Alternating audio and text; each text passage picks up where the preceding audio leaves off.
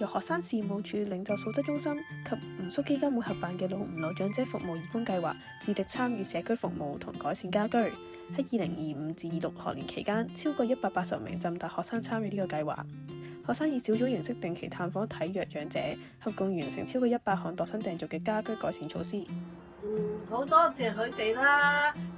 我屋企壞咗啲嘢咧，就佢就同我整好晒所有啲設備啦，咁啊對我嚟講就已經好開心。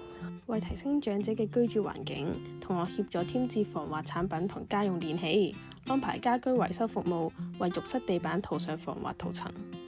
One particular experience that I still remember is a bathroom rescue project. We helped to apply the anti-slip solutions on the bathroom floor. I kept thinking about those elderlies who will later use the safer bathroom. 計劃鼓勵長者體驗正向樂齡生活，為超過600名長者舉辦多元化嘅體驗式學習工作坊同社交活動。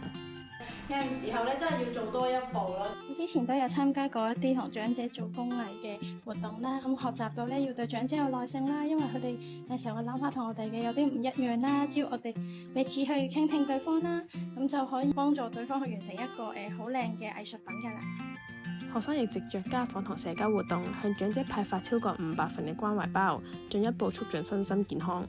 計劃希望提升長者嘅社交能力同生活質素，同時培養學生義工嘅同理心、領導才能同社會責任感。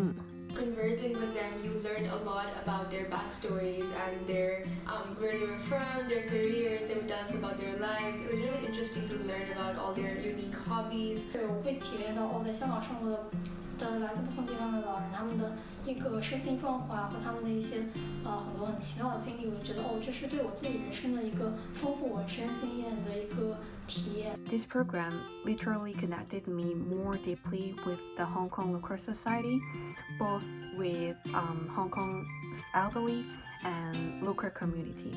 雖然我哋未必可以即刻理解到點解佢哋咁做啦，但係其實只要多啲嘅溝通之後就會明白啦，然後就盡量去幫佢哋。更加需要嘅係心靈上嘅關懷咯，所以我就覺得如果大家都行出一步嘅話咧，咁呢個世界應該會好啲啦。